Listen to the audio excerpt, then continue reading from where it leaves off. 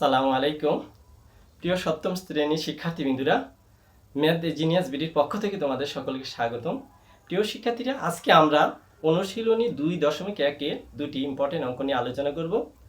প্রিয় শিক্ষার্থীরা, তাহলে চলো এক নজর দেখে নিই আজকে আমাদের আলোচনা কোন দুটি অঙ্ক রয়েছে। আমরা আলোচনা করব 2.1-এর নাম্বার 11 এবং নাম্বার 8 এই দুটি অঙ্ক। প্রথমে আমরা আলোচনা করব 8 নং অঙ্কটি। তাহলে চলো আমরা দেখব 8 নং অঙ্কে আমাদের কি বলা হয়েছে। 8 নং অঙ্ক বলছে 2160 টাকা রুমি, জেসমিন ও কাকুলির মধ্যে 1:2:3 অনুপাতে ভাগ করে দিলে কে কত টাকা পাবে। তার মানে এই অঙ্কটি থেকে আমরা বুঝতে পারলাম এখানে মোট 2160 টাকা আছে। এই টাকাটি তিনজন শিক্ষার্থীর মধ্যে, যেমন রুমি, জেসমিন ও কাকুলির মধ্যে, তাদেরকে 1:2:3 অনুপাতে ভাগ করে দিলে কে কত টাকা পাবে সেই টাকাটা বের করতে হবে। এখানে আমাদের মোট টাকা দেওয়া আছে এবং তারা কে কত অনুপাতে পাবে এই অনুপাতটা দেওয়া আছে, আমাদের টাকার পরিমাণটা বের করতে হবে। তাহলে প্রিয় শিক্ষার্থীরা, চলো আমরা দেখি অঙ্কটি কিভাবে সহজে সমাধান করা যায়। তাহলে প্রথম, যেহেতু এখানে মোট টাকার পরিমাণ দিয়ে দিছে আর অনুপাত দিয়ে দিছে, তাহলে আমরা লিখতে পারি যে দেওয়া আছে অথবা উদ্দীপক থেকে পাই। আমরা অঙ্ক করব 8 নং অঙ্ক। 8 নং অঙ্ক আমরা লিখতে পারি যে দেওয়া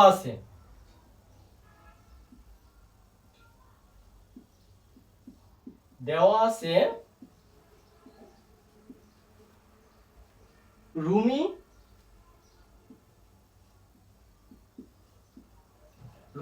অনুপাত জেসমিন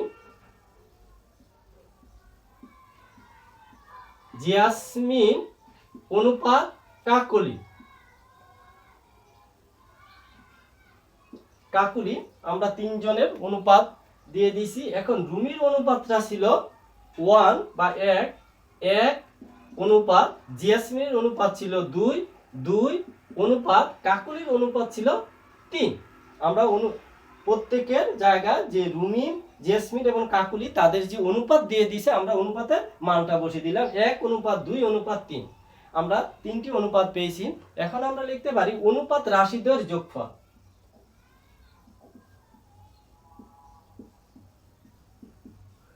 অনুপাত রাশিদ্বয়ের যোগফল।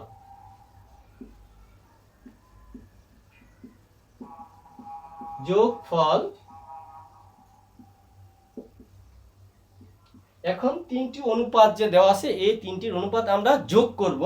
সেটা হচ্ছে 1+2+3। তাহলে অনুপাত রাশিটার যোগফল দাঁড়াচ্ছে আমাদের 1+2+3 3, 1+2+3 3+3 6। তাহলে আমরা অনুপাত রাশিটার যোগফল পেয়েছি 6।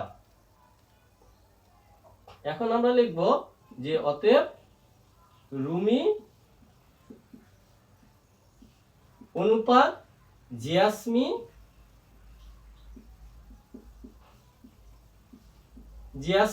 অনুপাত কাকলি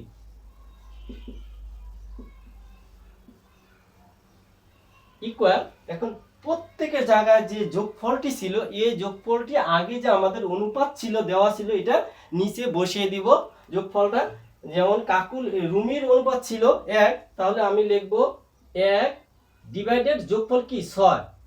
অনুপাত জেসমিনের অনুপাত ছিল 2, আমি লিখব 2 অনুপাত যোগফল লিখব 6। অনুপাত কাকুলির অনুপাত ছিল 3, আমি উপরে দিয়ে দিব 3 ডিভাইডেড যোগফল হলো 6।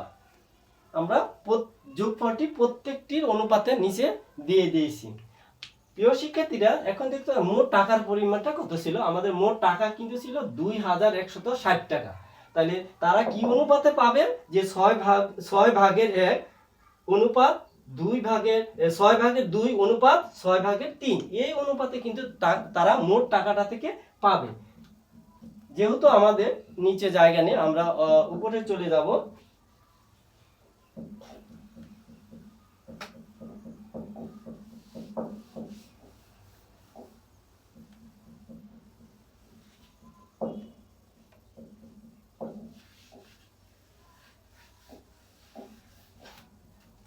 প্রিয় শিক্ষার্থীরা, আমাদের মোট টাকা ছিল 2160 টাকা। আর তারা কি অনুপাতে পাবে? এই অনুপাতে পাবে। তাহলে আমি লিখব, প্রশ্ন ছিল কে কত টাকা পাবে। তাহলে আমরা লিখতে পারি, প্রথম যেহেতু ছিল রুমি, আমরা লিখব যে রুমি পাবে। এখন রুমি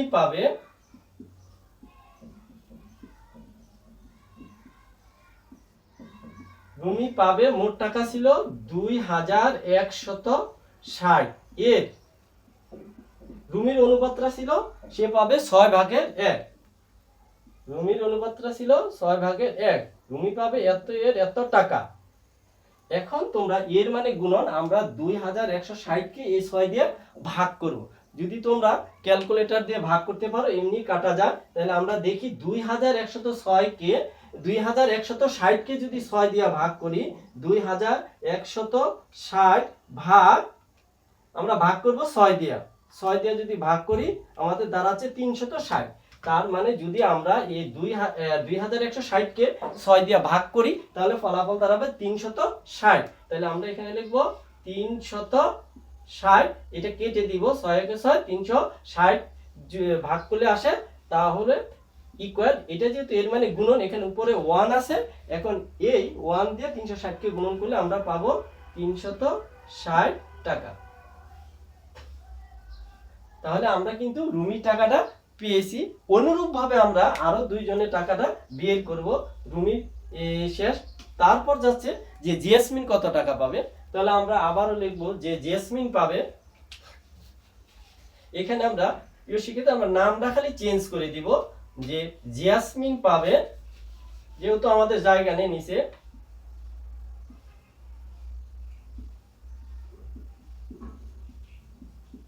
জেসমিন পাবে, আমাদের মোট টাকা কিন্তু ছিল 2160 টাকা। এর এখানে আমরা কি করব, জেসমিনের অনুপাতটি বসিয়ে দিব। এটা হলো 6/2। তাহলে জেসমিন পায় আমাদের মোট টাকা 6/2 ভাগ। এখানে অনুপাতটা আমরা বসিয়ে দিব 2। তাহলে জেসমিন পাবে 2160 এর 6/2, এত এত টাকা। ও টাকাটাও এখানে পরিবর্তন হবে, আমরা দেখব কত আসে। যদি আমরা আবার এই 6 দিয়ে 2160 কে ভাগ করি, তাহলে আমাদের কিন্তু ফলাফল দ্বারা একই 3360 টাকা। এই 360 কে যেহেতু এর মানে গুণন, উপরে আছে 2, এখন আমরা যদি 2 দিয়ে গুণন করি, আমরা গুণন পাবো 2 শূন্য শূন্য, 6 দুগুণে 12, 2 হাতে হলো 1, 3 দুগুণে 6 আর 1 7, তাহলে 720 টাকা। প্রিয় শিক্ষার্থীরা, আমরা কিন্তু জেসমিন যে টাকাটা পাবে এটা আমরা বের করে ফেলেছি। এরপর আমাদের আর চাইছি কি, যে কাকুলি। তারপর আমরা লিখব, অতএব কাকুলি পাবে, এবং কাকুলি পাবে আবার মোট টাকা ছিল 2160। এর কাকুলির অনুপাত ছিল 6/3। কাকুলি পাবে এত, এর এত টাকা।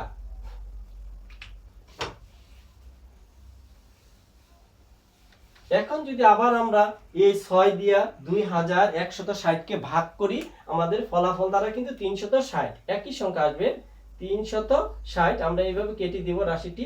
আবার এই 360 কে আমরা এর মানে গুণন, এই 3 দিয়ে গুণন করি, তাহলে আমাদের গুণন ফলটা চলে আসবে কি, যদি আমরা গুণন করি 3 শূন্য শূন্য, 3 6 18, 8 হাতে 1, 3 3 9 কে 10, 10 এত টাকা।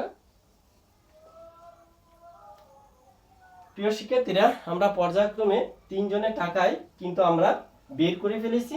তাহলে আমাদের যেহেতু বলছে কে কত টাকা পাবে, তাহলে আমরা লিখব উত্তর।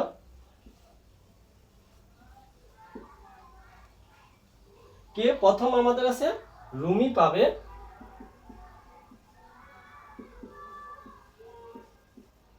রুমি 360 টাকা।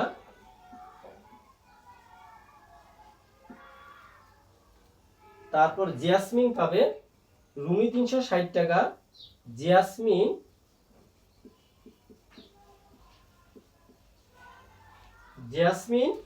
720 টাকা।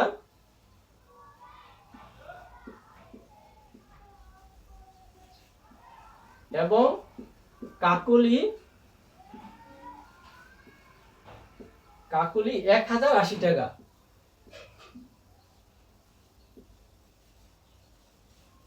পাবে।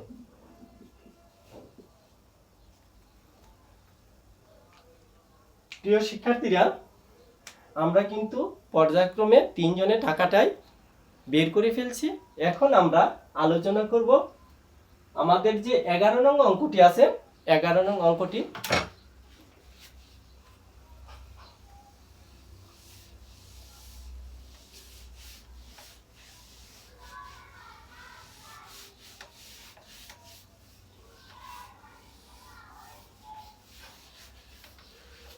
প্রিয় শিক্ষার্থীরা, আমরা দেখে নিব আমাদের 11 নং অঙ্কে কি আছে। 11 নং অঙ্কটি বলছেন যে তামা, দস্তা ও রূপা মিশিয়ে এক রকমের গহনা তৈরি করা হলো। ওই গহনায় তামা ও দস্তার অনুপাত 1:2 এবং দস্তা ও রূপার অনুপাত 3:5। 19 গ্রাম ওজনের গহনায় কত গ্রাম রূপা আছে? প্রিয় শিক্ষার্থীরা, আমরা এই অঙ্কটি থেকে বুঝতে পারলাম যে 3 রকমের উপাদান দিয়ে একটি গহনা তৈরি করা হলো। সেই গহনাটাতে তামা, দস্তা, রূপা আছে এবং তার অনুপাত আছে যে তামা ও দস্তার অনুপাত হলো 1:2 এবং দস্তা ও রূপার অনুপাত দিছে 3:5। দুটি অনুপাত দিয়ে দিছে। আর এখানে বলছে সর্বশেষ যেটা আমাদের কাছে চাওয়া হয়েছে যে 19 গ্রাম ওজনের গহনায় কত গ্রাম রূপা আছে। তো এরকম যদি একটা গহনার ওজন 19 গ্রাম হয়, তাহলে ওই গহনাটিতে কত গ্রাম রূপা থাকবে বা রূপার পরিমাণটা আমাদের বের করতে হবে। তাহলে চলো আমরা দেখি অঙ্কটি কিভাবে সহজে সমাধান করা যায়। আমরা প্রথমে লিখব যে উদ্দীপক থেকে পাই অথবা দেওয়া আছে।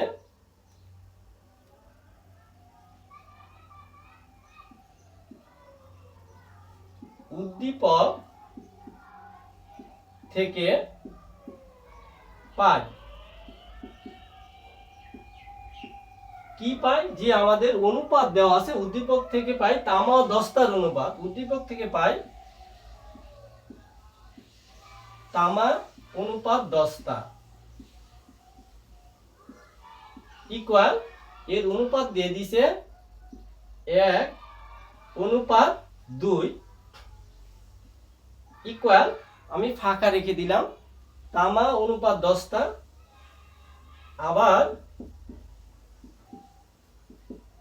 আবার আরেকটি অনুপাত দিয়েছে দস্তা ও রূপা। দস্তা অনুপাত রূপা ইকুয়াল, দস্তা অনুপাত রূপার মান হচ্ছে, দস্তা ও রূপার অনুপাত 3:5। 3:5 ইকুয়াল। প্রিয় শিক্ষার্থীরা, আমরা যদি দুটি রাশির মধ্যে একটা জিনিস দেখি, যে কমন যে জিনিস, দেখো প্রথম সংখ্যাটিতে দস্তা আছে, দ্বিতীয় সংখ্যাটিতেও কিন্তু দস্তা রয়েছে। তার মানে দস্তা কিন্তু দুটা রাশির মধ্যে কমন, দুটা রাশির মধ্যে দস্তা দিয়ে দিছে। এই ক্ষেত্রে যদি এই অনুপাতের ক্ষেত্রে দুটি যে রাশিটি কমন দুটা সংখ্যার মধ্যে আছে, তখন আমরা ওই কমন সংখ্যাটি যে মান ওইটা দিয়ে গুণন করব। তাহলে এখানে আছে 1:2, একে আমরা গুণন করব। এটাকে আমরা অন্যভাবে বলতে পারি প্রথম সংখ্যাটিকে দ্বিতীয় সংখ্যাটির প্রথম দিয়ে গুণন। তাহলে দ্বিতীয় সংখ্যাটির প্রথম আছে 3, তাহলে আমরা গুণন করব 3 দিয়ে, তাহলে আমরা ফলাফল পাচ্ছি 3:3:6। হ্যাঁ, আবার দ্বিতীয়টি ক্ষেত্রে যে ছিল আমাদের এই 3:5, একে আমরা গুণন করব কত দিয়ে, এখানে কমন কি আছে দেখো দস্তা, তাহলে দস্তার মান হলো কত, অনুপাত হলো 2, তাহলে আমরা একে গুণন করব 2 দিয়া। এটাকে আমরা অন্যভাবে বলতে পারি যে প্রথম সংখ্যাটিকে দ্বিতীয়টির প্রথম দিয়ে গুণন এবং দ্বিতীয় অনুপাতটিকে প্রথম সংখ্যাটির দ্বিতীয়টা দিয়ে গুণন। তার মানে কেন এটা করা হয়েছে, এখন যে কমন বা যে জিনিসটা কমন থাকবে, যেখানে দুইটা রাশির মধ্যে দস্তা কমন আছে, সেজন্য আমরা কি দস্তার অনুপাত দিয়ে গুণন করেছি। তাহলে আমরা ফলাফল পাবো 3×6 অনুপাত 5×10। তাহলে আমরা তামা এবং দস্তা এবং দস্তা ইস্টু রূপার অনুপাত বের করেছি। এখন আমরা লিখব, অতএব প্রথমে কি আমাদের তামা অনুপাত দস্তা, দস্তা অনুপাত রূপা, রূপা ইকুয়াল, যদি আমরা তিনটি অনুপাত নেই তাহলে আমরা পাচ্ছি তামা ছিল 10টা, তামা অনুপাত 10টা ছিল 3, অনুপাত 10টা ছিল 6, তাহলে আমি তামা অনুপাত 10টা নিয়েছি, পরে কিন্তু আছে আবার 10টা, 10টা কি 6, তাহলে এখানেও 6 আছে 10টা, এখানেও 6, তাহলে 6 তো আমরা নিয়েছি, এখন আর 10টার প্রয়োজন নেই, আমরা একটি নিব অনুপাত। এখন আমরা নিব রূপা, রূপার অনুপাত ছিল 10, তিনটি আমরা অনুপাত নিয়ে দিয়েছি। আচ্ছা প্রিয় শিক্ষার্থীরা, আমাদের যেহেতু নিচে জায়গা নেই, আমরা উপরে চলে যাব।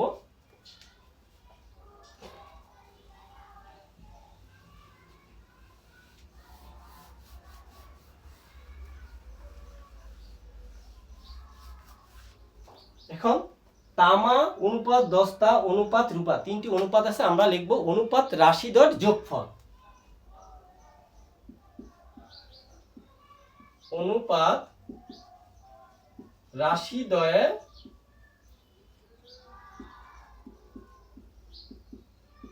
যোগফল। যোগফল আমাদের দাঁড়াবে 3 যোগ 6 যোগ 10, যদি আমরা যোগ করি আমাদের যোগফল দাঁড়াবে 6 3 9 10 19, তাহলে আমাদের যোগফল হলো 19। অতএব আমরা আবার এটার অনুপাত লিখব, অতএব তামা অনুপাত 10টা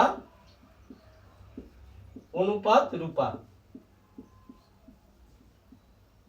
রূপা ইকুয়াল, আমাদের প্রথম ছিল তামার অনুপাত ছিল 3, তাহলে আমরা উপরে লিখব 3, আর আমাদের যোগফল দাঁড়াইছে কিন্তু 19, আমরা যোগফল প্রত্যেকটি নিচে বসিয়ে দিব, যে 19 অনুপাত, পরের অনুপাত ছিল 6, 6 এটা নিচে দিয়ে দিব 19, আমাদের 10টা ছিল 6 অনুপাত, আবার রূপা ছিল আমাদের 10, আমরা দিয়ে দিব পরে 10, আর এখানে দিয়ে দিব যোগফলটা বসিয়ে দিব 19, তাহলে আমরা কি করলাম তামা অনুপাত 10টা অনুপাত রূপা, তিনটির অনুপাত বের করে ফেলেছি।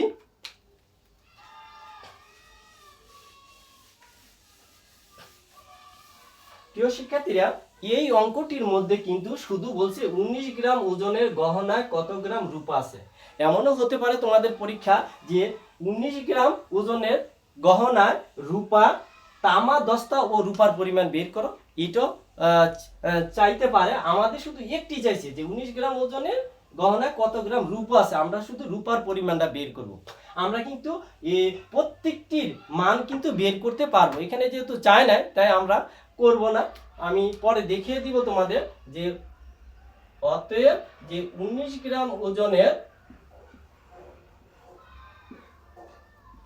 19 গ্রাম ওজনের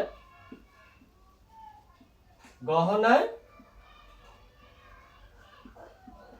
19 গ্রাম ওজনের গহনায় রূপা আছে।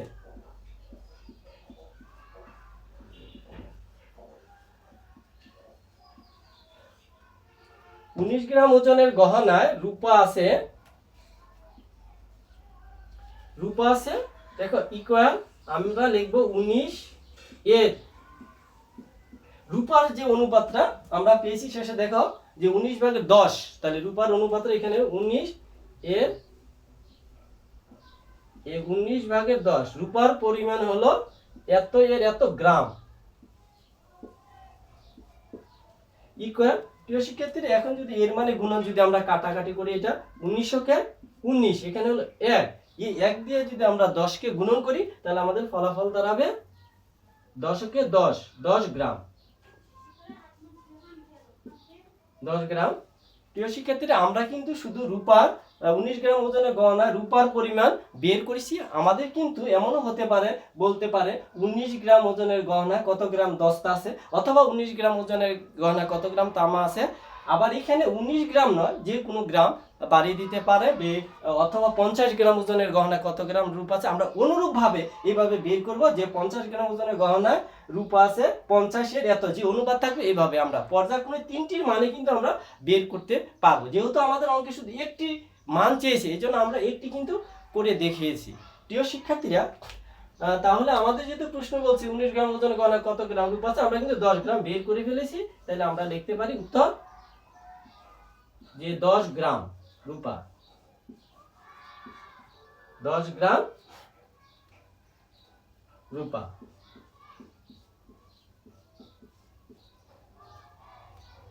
প্রিয় শিক্ষার্থীরা, আশা করছি তোমরা অঙ্কটি বুঝতে পেরেছো এবং এই অঙ্কটি খুবই ইম্পর্টেন্ট। এটা সৃজনশীল আসবে, আমরা পরবর্তীতে সৃজনশীল প্রশ্ন নিয়ে আলোচনা করব। তাহলে প্রিয় শিক্ষার্থীরা, আজকে এখানে বিদায় নিতে হচ্ছে। তোমরা সবাই ভালো থাকবে। আসসালামু আলাইকুম ওয়া রাহমাতুল্লাহ।